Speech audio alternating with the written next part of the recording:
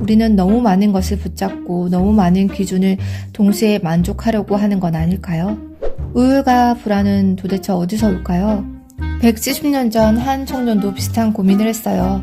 하버드를 졸업한 엘리트였지만 남들이 말하는 성공의 궤도에서 과감히 내려와 숲으로 들어갔죠. 오늘 저는 여러분과 머릿속 소음을 잠깐 낮추고 내 삶을 다시 내 손에 쥐는 감각을 찾아보려고 합니다. 하나의 서재, 이제 시작합니다. 구독과 좋아요 부탁드려요. 먼저 월든이 어떤 책인지 아주 간단히 얘기해 볼게요.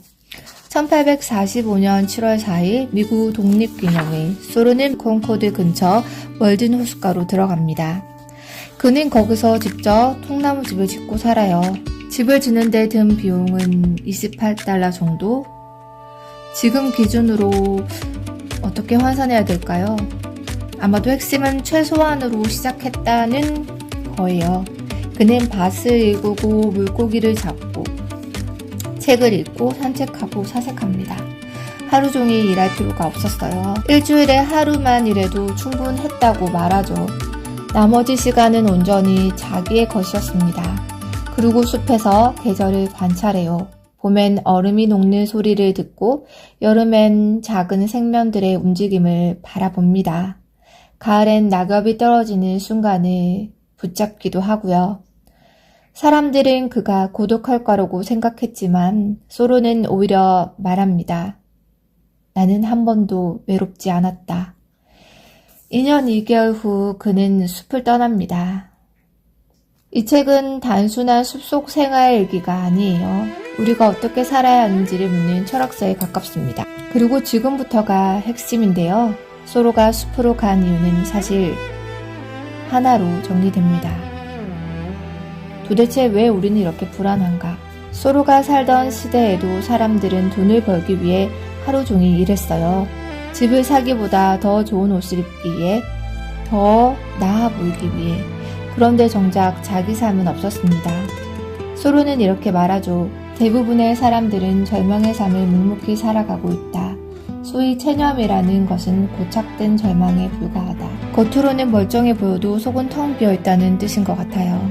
이 문장이 오늘 우리에게 더 아프게 다가오는 건 우리가 더 많이 가진 시대에 살면서도 더 쉽게 무너지는 시대에 살고 있기 때문인지도 모르겠습니다. 일자리, 내 집 마련, 인간관계, 그리고 미래. 포기할 게 늘어날수록 마음은 더 빨리 방어적으로 변합니다. 그런데 소로는 여기서 멈추지 않습니다. 그는 이렇게 말해요. 우리가 가진 것들이 사실은 우리를 가두는 감옥이라고요. 우리는 뒤처질까봐 쓸모없는 사람이 될까봐 계속 소유하고 성취하려고 해요. 그러다 어느 순간 물건이 주인이 아니라 노예가 되어버립니다. 소로는 말합니다. 내가 숲속으로 들어간 것은 인생을 의도적으로 살고 싶었기 때문이다. 즉 인생의 본질적인 사실에만 직면해도 인생의 가르침을 배울 수 있는지 확인해 보고 싶었고 죽을 때 내가 인생을 헛산 게 아니었다는 것을 깨닫고 싶었기 때문이다. 간소하게 이를 100가지나 1000가지가 아니라 2-3가지로 줄이도록 하자. 숲에서 그는 거의 아무것도 없이 살았는데요. 오히려 더 풍요로웠다고 합니다. 우울과 불안은 도대체 어디서 올까요? 우리는 너무 많은 것을 붙잡고 너무 많은 기준을 동시에 만족하려고 하는 건 아닐까요? 집을 사면 집이 우리를 소유합니다. 대출을 갚기 위해 시간을 팔아야 하니까요. 필요한 것이 적을수록 우리는 더 자유롭습니다.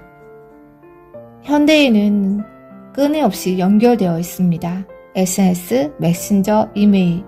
근데 이상하게 더 외롭습니다. 소로는 혼자 살았지만 외롭지 않았어요. 그는 말하죠. 나는 내 자신보다 더 좋은 친구를 찾은 적이 없다고요. 우리는 너무 자주 만나기 때문에 서로에게 새로운 가치를 얻을 시간이 없다고도 합니다. 월드는 호수 자체가 외롭지 않듯이 나도 외롭지 않다고 말하고 있고요. 혼자 있는 시간을 두려워해서 우리는 계속 자극을 켭니다. 휴대폰, 영상, 음악. 하지만 조용한 시간은 진짜 나를 다시 만나는 시간이고 새로운 가치를 얻을 시간입니다. 소로는 매일 긴 시간을 숲을 걸었습니다. 자연을 관찰하고 호수를 바라보고 계절을 느꼈죠. 요즘 연구들도 자연 속 시간이 스트레스 반응을 낮추고 마음을 안정시키는 데 도움이 된다고 말합니다. 우리는 너무 오랫동안 건물 안에서 화면을 들여다보며 살아왔는지도 몰라요. 좋은 직장, 결혼, 집. 근데 그게 내가 원하는 삶인지 물어보는 순간은 의외로 적습니다. 어쩌면 그래서 더 우울한 감정이 드는 건지도 모르겠어요. 내 삶을 살지 않고 남이 정한 각본을 살고 있으니까요. 소로는 말합니다. 남들의 기준이 아니라 내 기준으로 살아라 하고요. 이 책에서 가장 인상 깊었던 문장은 아무래도 마지막 문장이었습니다. 이 방대한 기록을 써 나가면서 얼마나 많은 생각을 했을지 자신을 돌아보는 시간이 긴 만큼 더 깊은 사색에 빠지지 않았을까라는 생각을 합니다. 자, 여기서 가장 중요한 문장은 책의 맨 마지막 부분이었어요. 매진말 챕터에 있고요. 바로 내일의 특징이다. 시간이 흐른다고 새벽이 찾아오는 것은 아니다. 우리의 눈을 부시게 하는 빛은 우리에게 어둠과 같다. 우리가 자지 않고 깨어있는 날에야 새벽이 찾아온다. 새벽은 앞으로도 많이 남아있다. 태양은 아침에 뜨는 별에 지나지 않는다. 어쩌면 많은 사람들이 월든 하면은 무소유라든지 혹은 자연 속의 삶을 떠올릴 것 같은데요. 저는 이 월든 책을 읽고 가장 놀라웠던 지점은 관습처럼 따라왔던 그런 생각을 따르기보다도 자기 자신을 중심에 놓고 실천하고 행동하는 모습, 그 모습은 다른 사람을 봤을 때 생각지도 못한 행동일지라도 자기에게 중요하다면, 필요하다면 꼭 시도해 보아야 된다는 그런 이제 깨달음을 얻게 되었고요. 전 특히 마지막 문장 같은 경우는 이제 눈이 부시게 하는 빛은 우리의 어둠과 같다라고 말하는 역설적인 그런 문장, 아이러니한 이런 문장을 통해서 더 강조하고 있다고 생각해요. 빛이 너무 밝으면 그 이면에는 어두움이 더 짙어 보이듯이 마치 빈부격차도 떠올리게 되고요. 여전히 우리가 자지 않고 깨어있는 날에야 새벽이 찾아온다. 그리고 새벽은 앞으로도 많이 남아있다는 희망적인 메시지도 담겨 있고요. 그리고 우리 생각하는 태양, 그렇게 드높고 찬란하고 닿을 수 없는 그 태양도 사실은 아침에 뜨는 별에 지나지 않는다라고 말하는 순간 뭔가 자연 속에서의 그런 이치를 깨달음과 함께 저는 진짜 너무 감동으로 밀려왔어요. 그러니까 그냥 내가 추구하는 그 멋진 삶도 사실은 챕터일 수밖에 없는, 아주 작게 보면 그 무엇을 성취하고 있는 내 짝꿍, 나의 이웃, 혹은 TV에 나오는 1년에 100억씩 벌었다고 하는 그런 연예인 보면 되게 정말 저런 태양 같은 사람 나는 되지 못할 거야 라고 절망감을 가지는데, 크게 보면 그들도 결국에는 죽을 거라는 거죠. 100년, 200년 살 수도 없다는 거죠. 그것을 누리고 계속 살 수도 없고, 또 우리도 알잖아요. 뭔가 이루고 나면 그게 생각보다 매일매일 축배를 들고 매일매일 행복하진 않다는 거죠. 그것도 다 순간이고 계속적으로 누리다 보면 일상이 되고 그 일상이 무료하게 느껴지고, 태양은 아침에 뜨는 별에 지나지 않는다는 것처럼 이 책을 다 읽고 받은 저의 영감을 생활 속에서 어떻게 하면 실천할 수 있는지 생각해 보았습니다. 우리가 모두 당장 숲으로 떠날 수는 없으니까요. 하지만 일상 속에서 서로의 정식을 실천하는 방법은 무엇인지 크게 5가지 정도로 정리해 보았습니다. 구독과 좋아요 부탁드려요. 첫 번째, 디지털 미니멀리즘. 일주일에 한 번 반나절만이라도 디지털 안식일을 만들어 보는 거예요. 저희가 가지고 있는 스마트폰, TV, 컴퓨터를 끄는 시간을 가지자는 겁니다. 물론 침실에 스마트폰을 놓지 않는 것도 잊지 마세요. 대신 알람 시계를 두세요. 아침에 일어났을 때 핸드폰이 없으면 아무래도 불안할 수 있어요. 그런데 그 다음에 오는 조용한 시간, 편안하게 시작하는 그 기분이 참 좋더라고요. 두 번째, 매일 자연과 만나기. 점심시간에 이제 업무 끝나고 잠시 근처 공원에 가서 앉아보거나 혹은 또 아파트 단지 내에 있는 그런 넓진 않지만 산책길을 걷는다던가 또 주말에는 가족과 가까운 산이나 강을 찾아보는 것도 좋을 것 같아요. 거창할 필요는 없을 것 같아요. 하늘을 올려다보고 바람을 느끼고 새소리를 듣는 것만으로도 긴장됐던 것들이 진정되는 그런 시간을 가질 수 있을 것 같아요. 세 번째, 고독의 시간 갖기. 이어폰 없이 혼자 걷는 시간을 갖는 겁니다. 한 달에 한 번은 혼자 카페에 가고요. 책을 읽거나 일기를 쓰는 거죠.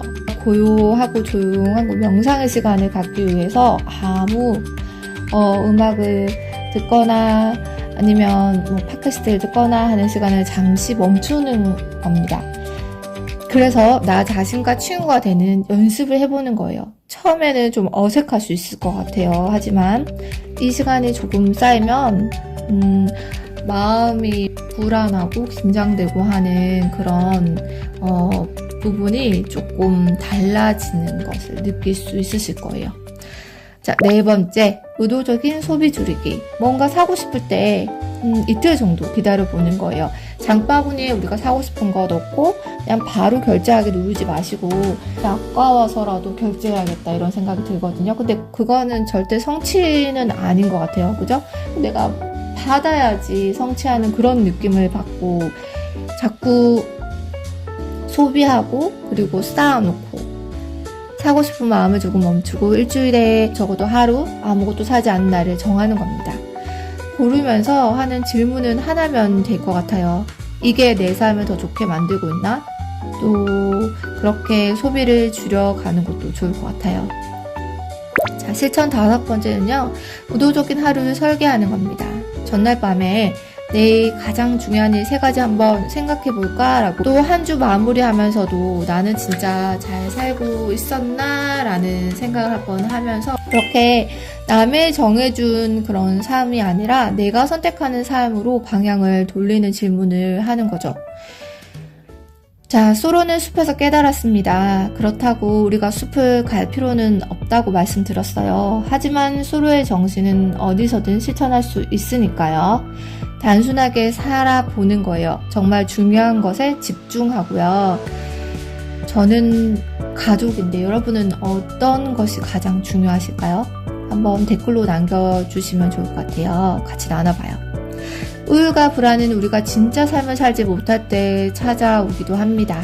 남의 기준으로, 남의 속도로, 남의 꿈을 살 때요. 그래서 오늘부터 아주 작게 시작해볼까요? 내일 아침 10분만 일찍 일어나 스마트폰 대신 커튼 열고 창밖을 바라보세요. 그것만으로도 변화는 시작됩니다. 여러분의 월든 호수는 어디인가요? 중요한 건 장소가 아닙니다. 바로 자신의 의도입니다. 지금 여러분이 겪는 불안과 우울은 여러분이 잘못 살고 있어서 생기는 게 절대 아닙니다. 어쩌면 더 잘 살고 싶다는, 나를 찾고 싶다는 신호일지도 모르겠습니다.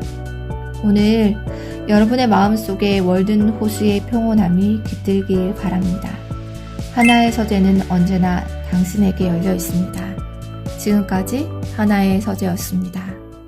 구독과 좋아요, 알림 설정 부탁드려요. 감사합니다. 나는 삶이 아닌 삶을 살고 싶지 않았다. 삶이란 매우 소중한 것이기 때문이다.